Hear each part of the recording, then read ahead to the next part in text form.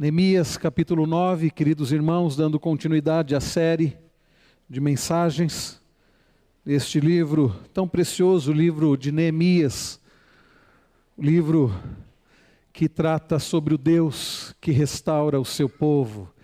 Este é o tema desta série, o Deus que restaura o seu povo. Nós temos aprendido como Deus restaurou o seu povo nos dias de Neemias. São lições preciosas, afinal de contas, quem de nós não precisa de restauração? Neemias capítulo 9, eu quero convidar você para que você acompanhe com fé, com interesse, com atenção a leitura da palavra do Senhor. É o alimento dos céus para as nossas vidas, para a nossa alma, é a revelação de Deus para o nosso coração, para a nossa restauração.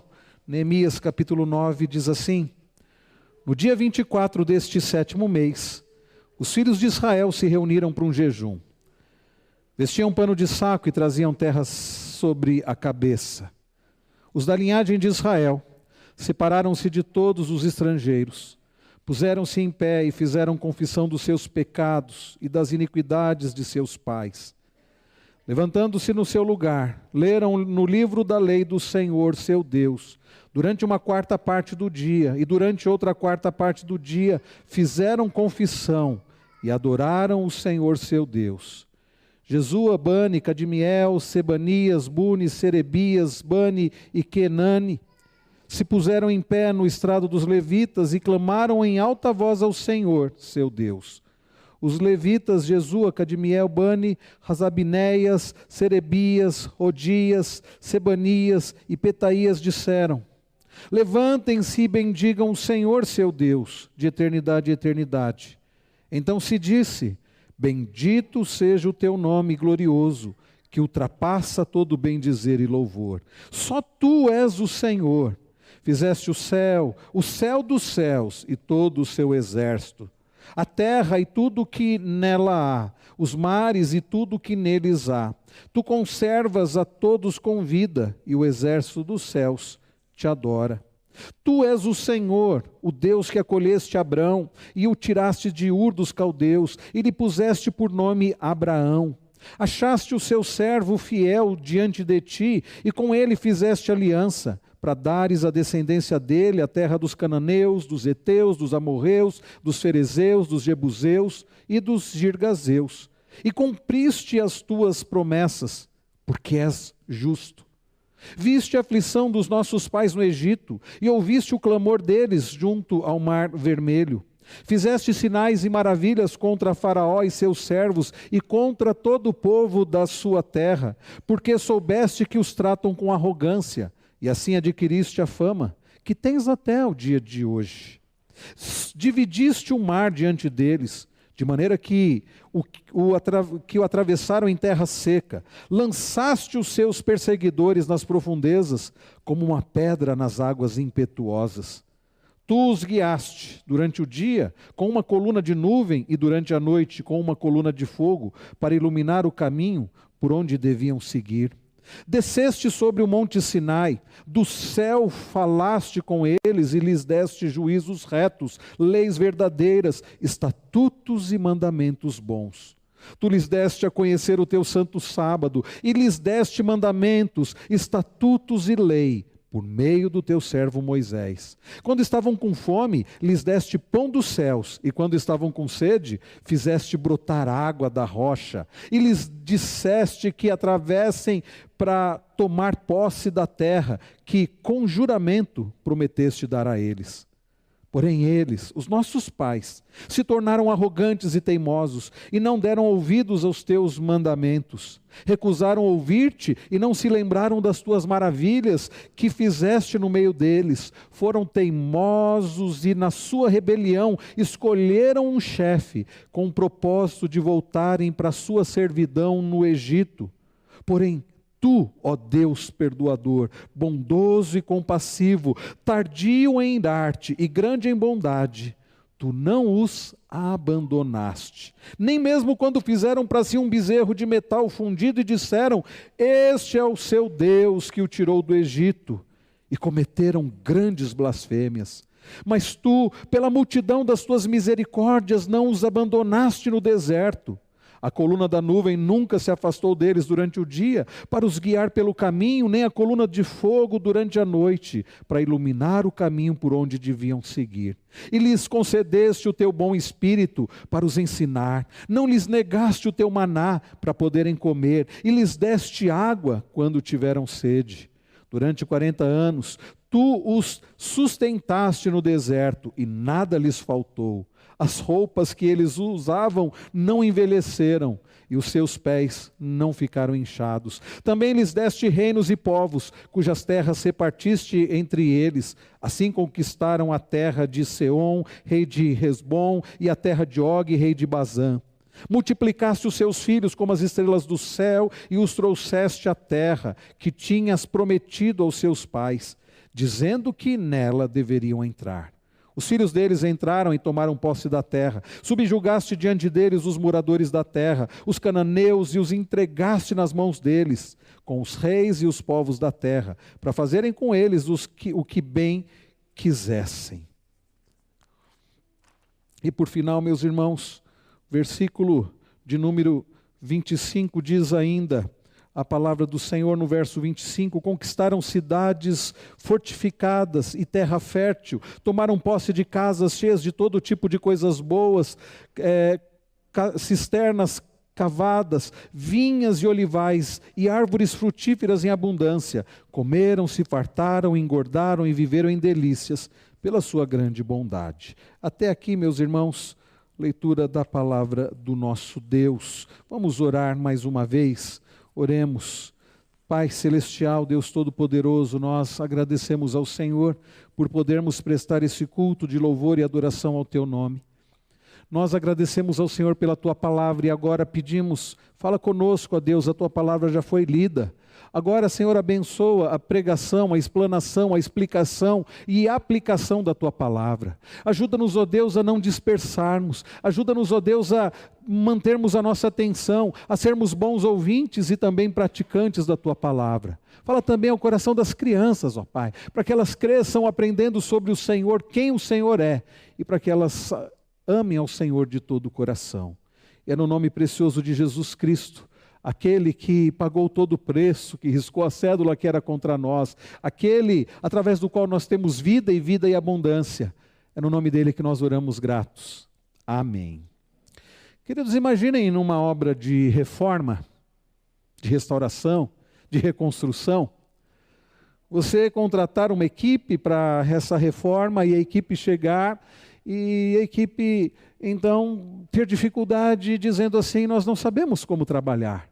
Nós não sabemos o que fazer, nós não sabemos como utilizar as ferramentas, nós não sabemos como, nós não temos conhecimento para isso. Ou então uma equipe preparada para realizar a reforma e é contratada e a pessoa que contrata diz assim, mas eu não sei o que precisa ser feito. Eu não sei o que vocês devem fazer, eu nem sei se é preciso fazer algo, quando na verdade é. Queridos, não basta, inclusive, saber o que precisa ser feito. É preciso saber fazer o que precisa ser feito. Não basta detectar que algo precisa ser reformado, restaurado, reconstruído, reconstituído, seja o que for. É preciso saber o que fazer. Porque se você for tentar restaurar algo, reformar algo, sem saber como fazer, você pode piorar. Você pode, na melhor das hipóteses, simplesmente não conseguir restaurar, mas na pior das hipóteses, além de não conseguir restaurar, ainda piorar a situação. Agora lembrem-se, neste livro que nós temos estudado aqui, nós temos visto Deus restaurando o seu povo que precisava de restauração. Mas sabe, queridos, depois de muros restaurados, portões edificados, casas começando a ser restauradas, templo reconstruído, a vida espiritual do povo também precisava ser restaurada. A pergunta é como, o que mais eles precisavam para ter a sua vida espiritual restaurada? Bem, a lei eles já haviam lido. Sabe o que eles precisavam, o que era necessário para a restauração espiritual deles? O que era necessário e fundamental era eles saberem quem era o Deus deles. Era eles serem lembrados ou tomarem conhecimento de quem era o Deus deles, o Deus de Israel. Israel precisava de restauração espiritual, mas quem é o Deus que restaura? E queridos, nesta parte do capítulo 9, e nesta oração que nós lemos aqui, nós podemos aprender quem é o Senhor que restaura, quem é o Deus que restaura o seu povo. O povo de Deus, nos dias de Neemias, de Esdras, precisava conhecer quem era o seu Deus, e nós também precisamos. Para que haja uma restauração espiritual, e é isso que nós vamos aprender nesta noite, nós precisamos conhecer quem é o Senhor. E então, conhecendo quem é o Senhor, isto fará toda a diferença para a nossa restauração espiritual. Nós vamos aprender, queridos, quem é o Senhor, o nosso Deus, o Deus de Israel. Queridos, nós temos olhado para este livro e começamos lá no capítulo 1, há alguns meses. E se você não tem acompanhado essa série, se você está aqui pela primeira vez, se você está começando hoje a olhar para esse livro, então para você entender um pouco o contexto e para os irmãos que já têm acompanhado e talvez se esqueceram, lembre-se, o povo de Deus, após pecar contra o Senhor, o povo de Deus que havia, a partir do ano 931, havia se dividido entre, 931 antes de Cristo, havia se dividido entre reino do norte e reino do sul, após a morte de Salomão. O povo de Deus passou a pecar contra o Senhor, reis que não foram fiéis ao Senhor, tanto do reino do norte quanto do reino do sul. E em 722 a.C., o reino do norte é tomado pelos assírios, Deus tratando com o seu povo por causa do pecado. O reino do sul foi um pouco melhor, mas nem tanto, porque também no reino do sul, reis não foram fiéis ao Senhor e o povo não foi fiel ao Senhor. Então, pouco tempo depois, em 586, o próprio reino do sul, 586 a.C., o próprio reino do sul também é levado cativo pelo grande império da Babilônia, através de Nabucodonosor. E então, queridos, lá eles passam a ser tratados pelo Senhor, a serem tratados pelo Senhor, corrigidos pelo Senhor. Deus, em seu santo propósito, que nunca quer o nosso mal, mas quer o nosso bem, por vezes permite sofrimento para o nosso bem, passa a tratar do seu povo. E uma parte do povo havia ficado em Jerusalém. E nós temos aprendido como chegou até Neemias, que estava lá na Babilônia, estava lá em Suzã, e era copeiro do rei Artaxerxes, porque o império persa assumiu o governo, porque eles tiveram vitória contra os babilônicos. Então eles começaram, agora eram eles que estavam comandando tudo. E através de Artaxerxes, Neemias recebe a permissão, ao ouvir que Jerusalém estava devastada, ao ouvir que a cidade santa, a cidade do Senhor estava em ruínas, e o povo que ali estava em miséria, Neemias recebe autorização para ir para Jerusalém, para que pudesse ser instrumento nas mãos do Senhor, para que os muros fossem restaurados, as portas que haviam sido queimadas fossem restauradas, as casas restauradas, e mais do que isso, e mais importante do que isso, o povo restaurado. E então, queridos, nós vimos nos 7 primeiros capítulos essa restauração da cidade. E a partir do capítulo 7 começamos a ver como Deus, de forma mais direta, começa a restaurar o seu povo, a parte espiritual. E no domingo passado nós vimos, queridos, quando a lei do Senhor é lida e o povo ouve sobre a festa das cabanas, ou festa dos tabernáculos, ou festa da colheita, e o povo entende que eles deveriam observar essa festa, e eles obedecem à palavra do Senhor. Lei do Senhor lida, lei do Senhor ouvida, lei do Senhor obedecida. E o povo quer mais, e o povo precisa de mais. E o que nós vemos aqui, queridos, ao olharmos para o capítulo 9, e como nós veremos nesses 25 primeiros versículos, eles precisam conhecer quem é o Deus deles. Mais uma vez, para que haja restauração espiritual, não basta conhecermos sobre nós mesmos, isso é importante, reconhecer que somos pecadores, mas não basta isso, precisamos conhecer sobre o Senhor, precisamos conhecer quem é o Deus da aliança, quem é o Deus que restaura, quem é o nosso Deus. E nos primeiros versículos, através da atitude do povo, nós já aprendemos sobre o Senhor. A primeira lição, queridos, que nós aprendemos sobre quem é o nosso Deus, quem é o Deus de Israel, quem é o Deus da igreja, quem é o Deus Todo-Poderoso, é que Ele é um Deus santo. Olhem comigo, diz o texto, no dia 24 deste 7º mês, os filhos de Israel se reuniram para um jejum. Vestiam pano de saco e traziam terra sobre a cabeça. Porque é, queridos, que o povo, depois de ouvir o livro da lei, depois de ficar maravilhado com a lei do Senhor, depois de ouvirem sobre a festa dos tabernáculos, das cabanas, depois de pegarem ramos, construírem cabanas, habitarem nelas por 7 dias, depois de um dia de solene de adoração ao Senhor, por que é que agora eles estão se apresentando diante do Senhor com essa tipificação, como diz aqui, vestidos de pano de saco e trazendo terra sobre a cabeça? Que coisa estranha era essa? Sabe, queridos, o povo havia, ao ouvir o livro da lei, o povo havia entendido quão santo é o Senhor e quão pecadores, quão distantes de Deus eles estavam por causa dos próprios pecados. E a reação do povo, e essa era a reação na cultura oriental daqueles dias, para manifestar a tristeza, para manifestar arrependimento por causa dos seus pecados, eles vestiam pano de saco e carregavam terra e carregavam cinza sobre a cabeça. O que eles estão fazendo, queridos, é demonstrar diante do Deus que é santo, que eles eram pecadores e que eles estavam arrependidos. Diz o verso 2, os da linhagem de Israel separaram-se de todos os estrangeiros. Entendem a ideia de separar dos estrangeiros? Lembram-se do que significa ser santo? Ser santo significa ser separado. Eles se separam dos estrangeiros, daqueles que não pertenciam ao povo da aliança. Diz o texto, eles se colocam em pé e fazem confissão dos seus pecados e das iniquidades de seus pais. E por que é, queridos, que o povo faz confissão de pecados e da iniquidade dos seus pais? Porque eles reconhecem que Deus é santo.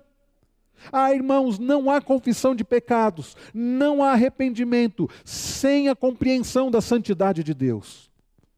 Enquanto nós acharmos que Deus é um igual a nós, enquanto nós acharmos que Deus não é diferente de nós, enquanto nós acharmos que somos bons e merecedores, não haverá arrependimento, não haverá confissão, não haverá mudança de vida.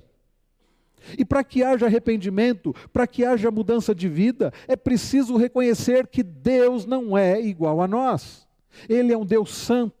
A santidade de Deus, queridos, ela é por demais importante. Não é por acaso que nós lemos nas Escrituras, por exemplo, na visão de Isaías, ele relatando santo, santo, santo. Por que é que aqueles seres espirituais e angelicais diziam santo, santo, santo? É um hebraísmo, significa santíssimo. Não é por acaso que a palavra kadosh do hebraico e hagios do grego aparecem diversas vezes nas Escrituras, mostrando o quanto Deus é santo. O nosso Deus tem como característica, nós não podemos colocar um atributo de Deus acima dos demais, mas como disse um teólogo, a santidade de Deus, atributo, a perfeição de Deus da sua santidade, liga todos os demais atributos, bondade, misericórdia, fidelidade, todos os demais atributos de Deus, justiça, seja qualquer outra perfeição de Deus, está ligada a essa sua perfeição da santidade. Eu percebo, queridos, que falhamos por vezes, que a igreja falha por vezes, por não compreender o quão santo é o Senhor. E por isso que muitas vezes as pessoas cantam qualquer coisa, falam qualquer coisa diante de Deus, se apresentam de qualquer jeito diante do Senhor, vivem de qualquer jeito diante do Senhor, porque ainda não entenderam quão santo é o Senhor. Ah, Moisés entendeu. Quando Deus foi passar, Moisés se escondeu entre a fenda, ele sabia que ele não poderia contemplar a glória do Senhor, tamanho o poder e a santidade do Senhor. Isaías fica estarrecido com a santidade do Senhor, e ele fica estarrecido e entra em angústia, até que lhe é tocado para que ele pudesse entender que havia perdão também para a vida dele. Ah, irmãos, ninguém que considera seriamente, de acordo com as Escrituras, quão santo Deus é, pode agir de qualquer jeito e viver de qualquer jeito diante do Senhor. O povo de Deus precisava ser restaurado espiritualmente e compreender o quão santo Deus era algo fundamental. E eles compreendem a ponto de agora estarem vestidos de panos de saco, carregando terra, carregando cinza na cabeça e fazendo confissão pelos seus pecados e pelos pecados dos seus pais. E a pergunta que já fica para nós é: será que nós temos compreensão do quanto Deus é santo? Será que nós temos compreensão de quão pecadores nós somos e quanto nós precisamos da graça deste Deus que é santo e do auxílio deste Deus para que possamos viver de forma santa? Será que nós temos tido a compreensão da importância de nos separarmos daquilo que é impuro, de nos separarmos de tudo aquilo que desagrada ao Senhor e vivermos uma vida santa e agradável ao Deus que é santo? Sem compreensão da santidade, da pureza do Senhor, não haverá restauração. Você compreende o quão Deus é santo? Não pense que Deus é um igual a você. Não pense que Deus é um igual a nós. Ele é perfeitamente santo. Ele é essencialmente santo. A santidade de Deus faz parte da sua essência, do seu caráter. Em Deus não há treva alguma, Deus não peca, Deus não erra, não há impureza alguma no Senhor. Ele é santo, santo, santo. Ele é santíssimo. Queridos, é isto que o povo demonstra ter compreendido naqueles dias e que nós precisamos compreender urgentemente. Deus é santo. E diante da compreensão da santidade do Senhor, eles compreendem outra coisa. O Deus que é santo, que é incomparável, Ele também é todo-poderoso e Ele merece ser adorado. Diz o final do verso de número 3, que depois deles fazerem confissões, eles adoraram ao Senhor, seu Deus. A partir do verso 4 nós lemos que Jesua, Bani, Cadmiel, Sebanias, Buni, Sedebias, Bani e Kenani se puseram em pé no estrado dos levitas e clamaram em alta voz ao Senhor seu Deus. E os levitas Jesua, Cadmiel, Bani, Razabineia, Serebias, Rodias, Sebanias e Petaías disseram: levantem-se e bendigam o Senhor, seu Deus de eternidade a eternidade. E então se disse: bendito seja o teu nome glorioso, que ultrapassa todo bendizer e louvor. Só tu és o Senhor. Percebem, queridos?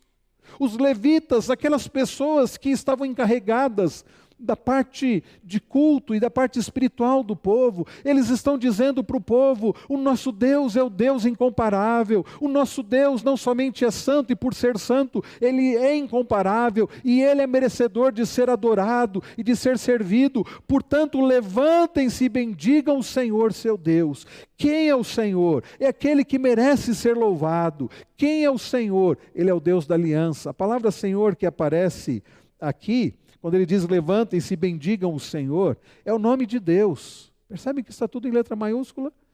É o chamado tetragrama sagrado. São 4 consoantes da língua hebraica, Yod, Re, Vav, Het, que transliterado seria YHWH, e ninguém sabe qual é a pronúncia desta palavra, porque os judeus não dizem essa palavra há tantos e tantos anos, desde que eles acharam que pronunciar esse nome era pecado.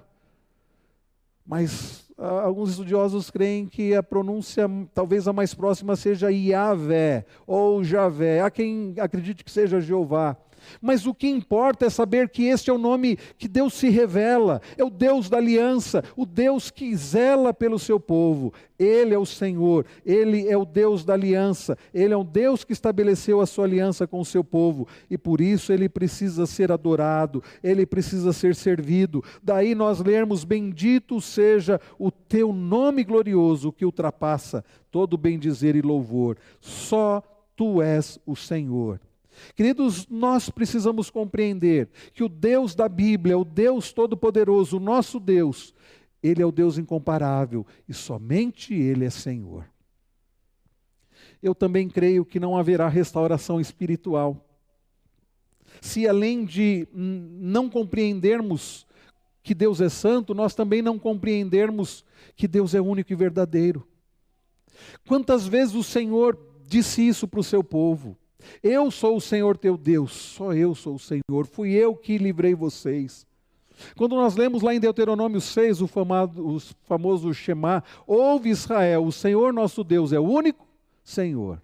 Amarás, pois, o Senhor teu Deus de todo o coração, de toda a alma, toda a tua força. Queridos, só existe um Deus, e é isso que nós precisamos entender, a tal ponto de, entendendo isso, passarmos isso para as nossas crianças, para os nossos filhos.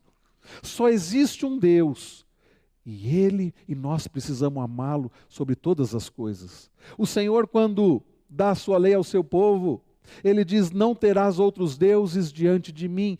Por que, queridos, Deus diz que o seu povo não pode ter outros deuses diante dEle? Porque Ele é o Deus único e verdadeiro. Para que haja, irmãos, prestem atenção nisso, para que haja restauração espiritual, para que a sua vida seja restaurada espiritualmente, você precisa entender que Deus é santo, que Deus é incomparável, que Ele é o único Senhor, e você não pode servir outros, somente a Ele. Sabe por que isso é importante? Porque parece que nós nos esquecemos disso no dia a dia. Quando nós colocamos a nossa esperança, a nossa segurança, a nossa alegria em outro que não seja o Senhor. E então o nosso coração, que é enganoso, diz assim para nós, sabe o que você precisa mesmo? Você precisa daquele carro. O dia que você tiver aquele carro, aí você vai ser feliz. Você precisa mesmo é daquela casa. O dia que você tiver aquela casa ou a casa própria, o que você precisa é daquele emprego, é daquela posição social, é daquela pessoa, é de ter filhos, é de casar, é disso e é daquilo. É o nosso coração tentando nos enganar, dizendo que Deus não é suficiente para a nossa felicidade e segurança. Nós precisamos de algo mais. E quando nós acreditamos nessas mentiras do nosso próprio coração, nós passamos a servir ídolos. Eu preciso disso para ser feliz. Olha aí, servindo um ídolo, colocando a expectativa de felicidade e de segurança em algo. Se eu tiver dinheiro, eu vou ter segurança. Se eu tiver aquela pessoa, eu vou ser feliz. Se eu alcançar aquela posição, eu estarei satisfeito. Idolatria do coração. E o que o Senhor nos lembra aqui é que Ele é o único Senhor. Não haverá restauração espiritual enquanto não entendermos que só existe um Deus, e neste Deus deve estar a nossa confiança, o nosso prazer, a nossa alegria, a nossa esperança. Mas o texto continua, queridos, e então nós lemos nesta oração, porque diz, então se disse, e quem foi que disse isso? Alguns acreditam que foi Esdras, outros acreditam que foram os levitas, outros acreditam que foi Neemias, mas então se disse. O mais importante aqui é o que é que foi dito. O que é que foi dito, meus irmãos? Ele diz assim, bendito seja o teu nome glorioso que ultrapassa todo bendizer e louvor. Só tu és o Senhor. Fizeste o céu dos céus e todo o seu exército, a terra e tudo que nela há, os mares e tudo que há neles. Tu conservas a todos com vida, e o exército dos céus te adora.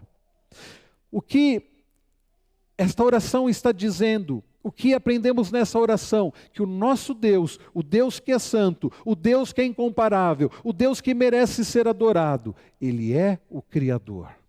Ele é o Criador de todas as coisas. E por ser Ele o Criador, quais as implicações disso? Que talvez você pense assim, mas que diferença faz saber que Deus é o Criador? Eu acredito nisso faz tanto tempo. Eu acredito que Deus é o Criador de todas as coisas. Bem, você tem vivido sabendo de fato que Deus é o Criador de todas as coisas? Porque dizer que Deus é o Criador de todas as coisas traz implicações. Significa que Ele é o dono de tudo. Inclusive é o nosso dono, é o nosso Senhor. Por isso o salmista no Salmo 150 diz, todo ser que respira, louve ao Senhor. Sendo, queridos, o Deus, o Criador dos céus e da terra, o Criador de todos os animais, o Criador de todos os vegetais, o Criador de todas as pessoas, Ele é o Senhor sobre tudo.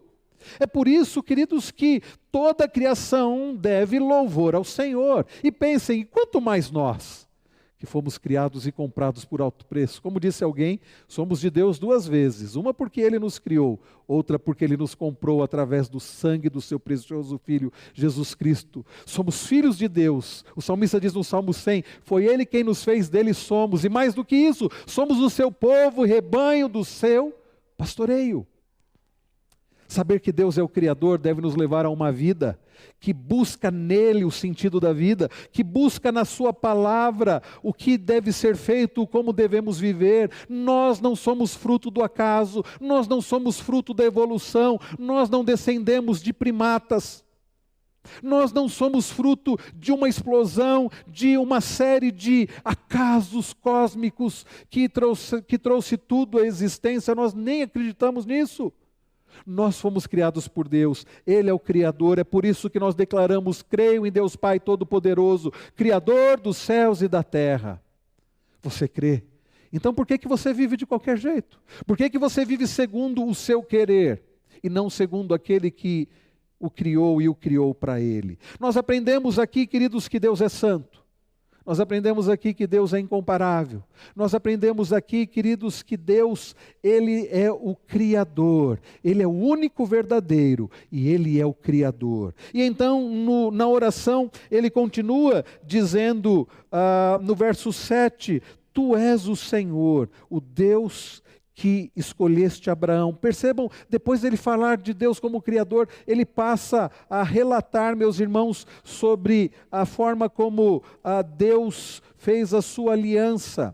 Ele fala da aliança firmada por Abraão. Depois dele falar da bondade do Senhor, dele falar da singularidade do Senhor, da santidade do Senhor, ele vai nos ensinar que o Deus a quem nós servimos é o Deus da aliança. Sabe por que ele cita Abraão aqui? Porque o povo de Deus precisava lembrar de onde eles vieram.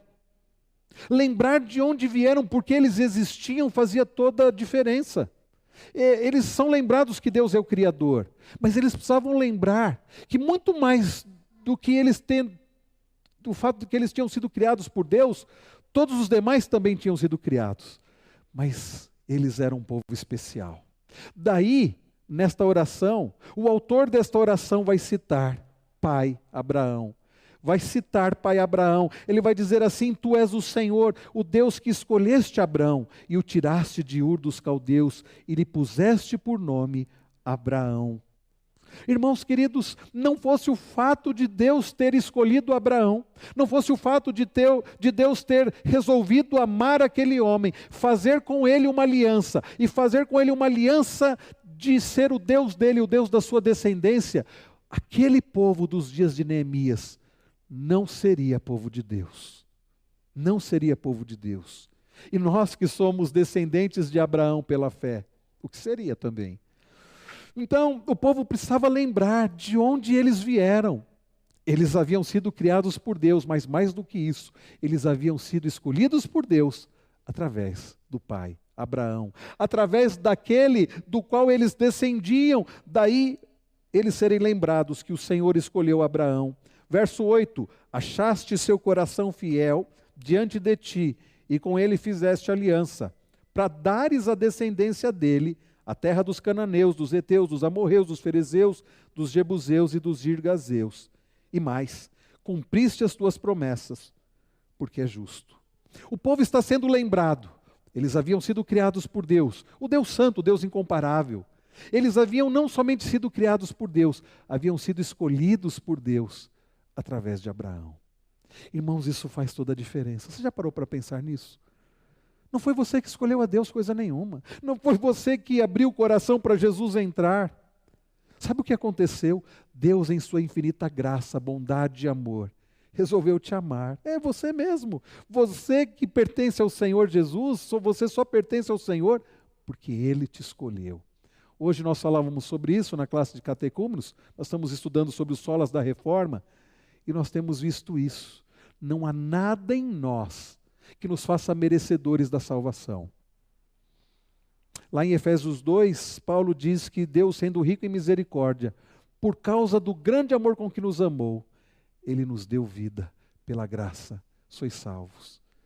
O que estava fazendo diferença para a restauração do povo de Deus nos dias de Neemias, era eles serem lembrados da santidade de Deus, da exclusividade de Deus, e também do Deus que é o Criador, e mais do que isso, o Deus que os havia escolhido como seu povo. Mesmo que o fato deles não sendo perfeitos, Mesmo o fato de Abraão não ser perfeito, mas Deus resolveu escolhê-lo e fazer com ele uma aliança. Nós, queridos, somos povo de Deus. Nós aprendemos há poucos domingos, olhando lá para 1 Pedro, nós aprendemos, fomos lembrados das palavras de Pedro: vós sois raça eleita, nação santa, povo de propriedade exclusiva de Deus. Isto faz toda a diferença para a nossa restauração espiritual. Nós não apenas fomos criados por Deus, mas fomos escolhidos por Deus. E que mais, queridos, aprendemos acerca do Senhor aqui? Vejam também o que diz, Ele é o Deus que cumpre promessas. Deus, conforme diz aqui a palavra no verso 8, foi aquele que fez uma aliança com Abraão, fez promessas a Abraão, e mais do que isso, cumpriu essas promessas. Fez aquele homem idoso, que não tinha condições humanas para ser pai, casado com uma mulher idosa, estéril, fez com que aquele casal tivesse um filho. Isso é ou não é um milagre? Deus cumprindo a promessa. Fez, queridos, cumpriu promessas a Abraão e a descendência de Abraão. Irmãos, para a nossa restauração espiritual, nós precisamos aprender que o nosso Deus é o Deus da aliança e o Deus fiel. É o Deus que cumpre promessas, não porque nós merecemos, mas porque Ele é justo. Viram que diz o final do versículo de número 8? Porque é justo. Sabe, quando eu leio isso, me vem à mente um outro texto. Sabe que texto? 1 João 9. Se confessarmos os nossos pecados, Ele é fiel e justo para nos perdoar os pecados e nos purificar de toda injustiça. Porque queridos, que quando nós confessamos nossos pecados, somos perdoados. Porque Deus em Cristo Jesus, aquele que levou sobre si a culpa dos nossos pecados, Deus é justo em Cristo Jesus, por isso que nós somos justificados pela fé. E é por isso que Deus nos perdoa. Não é porque somos merecedores, mas por causa dos méritos de Cristo. E então ele diz, nos ensina mais a respeito do Senhor. Ele é o Deus que é santo. Ele, queridos, é o Deus que é incomparável, o Criador, aquele que nos escolheu, aquele que é justo, fiel. Aquele também, meus irmãos, que é amoroso, bondoso. Olha o que ele diz a partir do verso de número 9. Vejam, quem fez essa oração está relembrando o Êxodo agora. Ele diz assim: viste a aflição dos nossos pais no Egito, e ouviste o clamor deles junto ao Mar Vermelho. Fizeste sinais e maravilhas contra Faraó e seus servos, e contra todo o povo da sua terra, porque soubeste que os trataram com arrogância, e assim adquiriste a fama que tens até o dia de hoje. O povo de Deus havia ido para o Egito, vocês se lembram da história através de José? O povo vai para o Egito, onde havia comida, e o povo se estabelece no Egito. E ali no início eles estão bem, mas o povo vai crescendo no Egito, e o faraó, e José morre, o faraó que conhecia José morre, e o tempo se passa, mais de 400 anos se passam. Até que o povo é feito escravo no Egito. E o povo começa a clamar ao Senhor. E começa a clamar ao Senhor. E o que nos diz o texto? Que Deus ouviu o clamor do seu povo.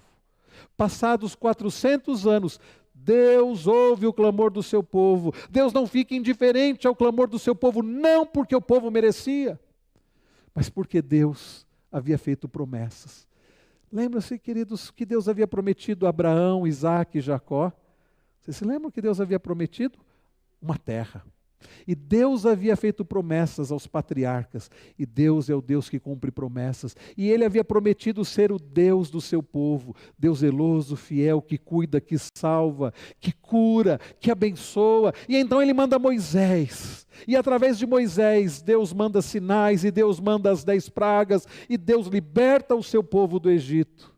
E então, quando o povo está saindo do Egito, após a morte dos primogênitos, e a forma como Deus preserva os primogênitos dos hebreus, através da marca do sangue do Cordeiro, que apontava para Cristo, o povo está saindo do Egito, mas Faraó resolve persegui-los com seu exército, e o povo então se depara com o Mar Vermelho, e com o exército vindo atrás deles. E o que acontece? Moisés ora, e Deus diz o quê?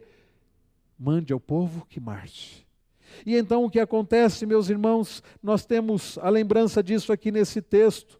Diz assim o verso de número 11: dividiste o mar diante deles, de maneira que o atravessaram em terra seca, lançaste os seus perseguidores nas profundezas, como uma pedra nas águas impetuosas. Deus abre o mar, o povo passa com os pés a seco, e quando vem Faraó com um exército atrás do povo, Deus fecha o mar e os mata ali. Queridos, o que nós somos lembrados através dessa oração, que o nosso Deus, apesar de nós, é o Deus fiel, é o Deus que ouve o nosso choro, é o Deus que ouve o nosso clamor, é o Deus que vê a nossa dor, e Ele não fica indiferente à nossa dor. Eu não sei o que você tem passado, eu não sei o que o tem afligido, mas uma coisa eu sei: nós pertencemos a um Deus que é tão bondoso, tão misericordioso, tão amoroso, que Ele ouve o nosso clamor. Ele conhece as nossas dores. Sabe por quê? Porque Ele é homem de dores e que sabe o que é padecer. Como um de quem os homens escondem o rosto, foi desprezado. Nós temos um Senhor que se compadece de nós, um Senhor que sofreu dores terríveis, um Senhor que foi esbofeteado, que foi cuspido, que foi maltratado, que foi traído, que foi abandonado, que foi cravado numa cruz. E disse assim: Pai, perdoa, eles não sabem o que fazem. Aquele que é o pastor das ovelhas, que morreu em favor das suas ovelhas, aquele que sabe o que é sofrer, aquele que sabe o que é a dor, é aquele que se compadece da nossa dor. Os discípulos no barco, está lá no final de Marcos 4, eles estão com Jesus e vem a tempestade, e eles ficam apavorados e eles correm. Jesus está dormindo, está cansado. Quantas curas, quantos demônios Jesus expeliu, quantas pessoas Ele atendeu, e Jesus estava cansado, quantos quilômetros Ele havia caminhado, e então Jesus está dormindo profundamente naquele barco, dormindo calmamente, sendo Ele o Senhor dos senhores, o que Jesus haveria de temer? E os discípulos acordam Jesus dizendo assim: Mestre, o Senhor não te importa que morramos? E Jesus desperta, e sendo aquele que é o Criador dos céus e da terra, simplesmente Ele dá ordem à criação, e Ele diz ao mar e ao vento: aquieta-te. E diz as Escrituras que no mesmo instante se fez grande bonança. É o Criador dos céus e da terra. E como o mar e o vento não obedeceriam ao Criador de todas as coisas? Mas os discípulos que acordaram Jesus dizendo: não, o Senhor não se importa com a nossa dor, agora eles estão admirados. Jesus olha para eles e diz assim: por que é que vocês são tão medrosos? Por que é que vocês não têm fé? Por que é que vocês não creem em mim como Deus Todo-Poderoso? Em outras palavras, é o que Jesus estava dizendo. E um olha para o outro dizendo: quem é este que até o vento e o mar lhe obedecem? Quem é este que a própria criação dá ouvidos a ele e o obedece? É aquele que tem todo o poder, é aquele que se importa com a nossa dor. Ele se importa sim com a nossa dor. Ele se importou com a dor do seu povo no Egito, e Ele se importa com a nossa dor hoje.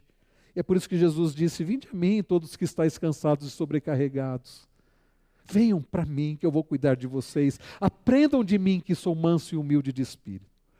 Então, queridos, nós aprendemos sobre o Deus que ouve o clamor do seu povo, o Deus que é bondoso, o Deus que é misericordioso. E olha o que mais o autor aqui diz nesta oração, verso 12: tu os guiaste. Está falando quando Deus liberta o seu povo e o povo vai peregrinar pelo deserto, nos 40 anos no deserto. Tu os guiaste durante o dia com uma coluna de nuvem, e durante a noite com uma coluna de fogo, para iluminar o caminho por onde deviam seguir. Desceste sobre o monte Sinai, do céu falaste com eles, e lhes deste juízos retos, leis verdadeiras, estatutos e mandamentos bons. Percebem, queridos, quem é o Senhor? É aquele que se revelou ao seu povo, é aquele que guiou o seu povo, é aquele que manifestou a sua vontade ao seu povo através da sua lei. Este é o nosso Deus, o Deus que nos tem guiado. E como Deus nos guia? Através da sua palavra. Lâmpada para os meus pés é a tua palavra, e luz para o meu caminho. Queridos, Deus continua a guiar o seu povo, não com colunas de fogo, nuvens, mas através da sua palavra. Quem é o nosso Deus? É o Deus que nos guia, é o Deus que nos orienta, é o Deus que manifesta a sua palavra manifesta a sua vontade através da sua palavra. O que mais, queridos? Verso de número 14. Desculpa, irmãos. Tu lhe deste a conhecer o teu santo sábado, e lhes deste mandamentos, estatutos e lei por meio do seu servo Moisés. Quando estavam com fome, lhes deste pão dos céus. E quando estavam com sede, fizeste brotar água da rocha, e lhes disseste que entrassem para tomar posse da terra, que com juramento prometeste dar a eles. Irmãos, o povo de Deus estava sendo lembrado que Deus é santo, que Deus é incomparável. Ele é o Criador, foi Ele quem escolheu o seu povo. Ele é aquele que ouve o clamor do seu povo, que guia o seu povo, que se revela para o seu povo. Ele é aquele que sustenta o seu povo. O povo tinha fome? Deus alimentava. O povo tinha sede? Deus dava água. O povo tinha frio? Deus aquecia. O povo tinha o sol do deserto? Deus fazia sombra. O povo precisava de orientação? Deus guiava. Só que o autor lembra algo. Porém, aí vem um porém no verso 16, mesmo o povo sendo suprido, cuidado, sustentado, guiado pelo Senhor, qual foi a reação do povo nos dias de Moisés no deserto? Porém eles, os nossos pais, se tornaram arrogantes e teimosos, e não deram ouvidos aos teus mandamentos, recusaram ouvir-te, não se lembraram das tuas maravilhas que fizeste no meio deles, foram teimosos na sua rebelião, escolheram um chefe com o propósito de voltarem para a sua servidão no Egito. Sabe o que o povo fez? Mesmo tendo experimentado todas aquelas maravilhas, o povo se voltou contra o Senhor. Mesmo alimentados, guiados pelo Senhor, o povo, bastou Moisés se ausentar um pouco, eles fizeram um bezerro de ouro. Deixaram de adorar o Criador, aquele que os havia escolhido e liberto, para adorar uma imagem de um animal que come capim. Já pararam para pensar quão sério é isso? É muito sério. Mas o texto continua e diz assim: porém tu, ó Deus perdoador, bondoso e compassivo, tardio em irar-te e grande em bondade, tu não os abandonaste, nem mesmo quando fizeram para si um bezerro de metal fundido e disseram, este é o seu Deus que o tirou do Egito, e cometeram grandes blasfêmias, nem mesmo quando o povo cometeu tamanha blasfêmia, nem mesmo assim, nem mesmo nesse momento, o Senhor abandonou o seu povo. E por que, queridos, que Deus não abandonou o seu povo, quando o povo merecia ser abandonado? Porque Deus é o quê? Ele é fiel à sua aliança. Porque Deus é bondoso, porque Deus é misericordioso, porque Deus é perdoador. Como isso faz diferença para nós? Para a nossa restauração espiritual, porque nós não somos diferentes do povo de Deus, nem nos dias de Moisés, nem nos dias de Neemias, nós pecamos contra Deus. Quantas maravilhas o Senhor tem feito, e não foi, você pode dizer assim, mas eu não vi Deus abrir o mar vermelho, Deus não mandou Moisés para me libertar. Não, Deus fez algo muito maior, Deus enviou Jesus Cristo para morrer na cruz em nosso lugar. E quantas vezes nós temos feito bezerros de ouro e adorado bezerros de ouro, quando nós, mais uma vez, seguimos o nosso coração e colocamos nossa alegria, segurança, prazer e esperança em coisas e pessoas que não o próprio Deus. Mas a boa notícia para nós é que quem é o Senhor? Ele é um Deus compassivo, perdoador, é um Deus paciente, tardio em irar-se, de grande bondade, e Ele não nos abandona. Eu quero dizer para você isso, e a palavra do Senhor que está dizendo, nós temos um Deus que não nos abandona, um Deus que é fiel, apesar de nós sermos infiéis, um Deus que é bondoso, que é perdoador. Verso 19, mas tu, pela multidão das tuas misericórdias, não os abandonaste no deserto. A coluna de nuvem nunca se afastou deles durante o dia, para os guiar pelo caminho, nem a coluna de fogo durante a noite, para iluminar o caminho por onde deviam seguir. Percebem, queridos, nem mesmo quando o povo pecou contra Deus, Deus não afastou a sua direção deles. As colunas de nuvem continuaram de dia e de noite, guiando o povo, protegendo do calor durante o dia, aquecendo o povo à noite, guiando o povo, direcionando o povo no deserto. Verso 20, e lhes concedeste o teu bom espírito para os ensinar, não lhes negaste o teu maná para poderem comer, e lhe deste água quando tiveram sede. Durante 40 anos tu os sustentaste no deserto, e nada lhes faltou. As roupas que eles usavam não envelheceram, e os seus pés não ficaram inchados. A gente compra roupa, e eu não sei quanto dura para você a roupa, mas por mais que você dure bastante a sua roupa, eu não sei se a sua roupa chega a durar 40 anos. Dura 4 anos? Será que dura 4 anos? As minhas eu não sei por que ficam apertadas, né? 40 anos, cada um usando a mesma roupa. Caminhando por 40 anos, nem o pé inchava. O que era isso? Preparação física? Lã muito boa das roupas? Nada disso. Preservação do Senhor através do seu poder. Nem mesmo quando o povo foi infiel, Deus deixou de preservar a roupa. Deus deixou de preservar o povo. É claro que Deus tratou com o povo, uma geração toda morreu ali. Deus tratando com o povo, ensinando uma nova geração sobre a importância da fidelidade. Verso 22, também lhes deste reinos e povos, cujas terras repartiste entre eles. Assim conquistaram a terra. E aí o autor vai fazendo lembrar o povo de como Deus dá a terra prometida a Canaã, que através de Josué e Calebe o povo entra na terra prometida, e Deus dá vitória ao povo. Toda a vitória que o povo teve não foi por causa do exército de Israel, foi o poder do Senhor. Queridos, quem é o nosso Deus? É o Deus que nos guia, é o Deus que nos livra, é o Deus que cumpre as suas promessas, é o Deus que nos abençoa. E então ele diz no verso 24, os filhos deles entraram e tomaram posse da terra, subjugaste diante deles os moradores da terra, os cananeus, os entregaste nas mãos deles, como os reis e os povos da terra, para fazerem com eles os que bem quisessem. Conquistaram cidades fortificadas e terra fértil, tomaram posse de casas cheias de todo tipo de coisas boas, cisternas cavadas, vinhas e olivais e árvores frutíferas em abundância. Comeram, se fartaram, engordaram e viveram em delícias, pela tua grande bondade. Quem é o nosso Deus? É o Deus que pela sua grande bondade nos abençoa. Nós aprendemos, queridos, nesta noite, ou fomos relembrados acerca do Deus a quem nós pertencemos e servimos.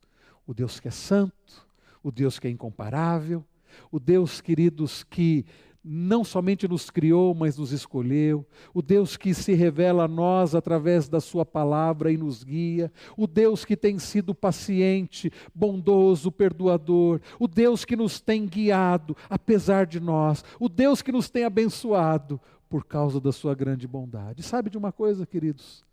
Essas bênçãos vão além do que nós experimentamos aqui. Neste mundo caído, cheio de violência, problemas e dores, você pode olhar para esse mundo e achar, será que Deus é bom mesmo? Sim, Deus é bom mesmo. Porque mesmo num mundo como o nosso, nós temos visto a boa mão do Senhor. Na quinta-feira, enquanto eu estava sob o poder daqueles sequestradores, e um deles no banco de trás do carro apertava o meu lado com uma arma, e eu creio que era de verdade pelo peso daquilo, Deus me deu uma tranquilidade muito grande. Não é porque eu sou muito corajoso e forte, não. Mas a tranquilidade que eu tinha naquela hora, naquelas horas, em poder daqueles sequestradores, na última quinta-feira, é porque eu sabia o Deus a quem eu servia. Enquanto eu orava, eu dizia, Senhor, eu sei que isso que eu estou passando aqui não é acaso. E eu sei que o Senhor está no controle de tudo isso. E eu sei que se o Senhor quiser me livrar, o Senhor vai me livrar. E eu peço por isso. Mas se o Senhor não me livrar, eu sei a quem eu pertenço. E por isso eu não tenho medo. Saber quem nós servimos, o Deus, e conhecer quem é o nosso Deus, faz toda a diferença. A ponto de você estar com uma arma apontada para você e não entrar em desespero. Sabe por quê? Porque eu sei o Deus a quem eu sirvo. E eu quero conhecer mais do Senhor, eu preciso conhecer mais. E você também. Nós precisamos conhecer mais do Senhor. E isso vai fazer toda a diferença. E quando eu leio aqui sobre como Deus abençoou o povo e deu pão dos céus e deu a água, e como nós vemos no verso de número 15, né? Como eles conquistaram cidades fortificadas e terra fértil, e posse de casas, cheio de todo tipo de coisas boas. Sabe o que eu me lembro? De que o melhor em relação a isso ainda está por vir. Porque Jesus, que é o melhor dos melhores, já veio e nos garantiu aquilo que é perfeito. Um dia, nós entraremos na terra verdadeiramente prometida. Uma terra onde não há sequestros, onde não há morte, dor, onde não há doenças. Uma terra, novos céus e nova terra, onde o Senhor habitará conosco e nós habitaremos com o Senhor. E Ele será o nosso Deus. Uma terra em que seremos alimentados pelo Senhor e sustentados pelo Senhor através da glória do Senhor. No novos céus e nova terra, como diz Apocalipse 21, onde não haverá dor, onde não haverá pranto, onde não haverá choro, onde não haverá luto. Até lá, vamos prosseguir em conhecer o Senhor. Porque o nosso conforto, como diz o precioso Catecismo de Heidelberg, na pergunta de número 1, a resposta à pergunta de número 1, o nosso conforto, a nossa segurança nesta vida e na morte, é que nós pertencemos ao Senhor. Corpo e alma somos do Senhor, nesta vida e na morte.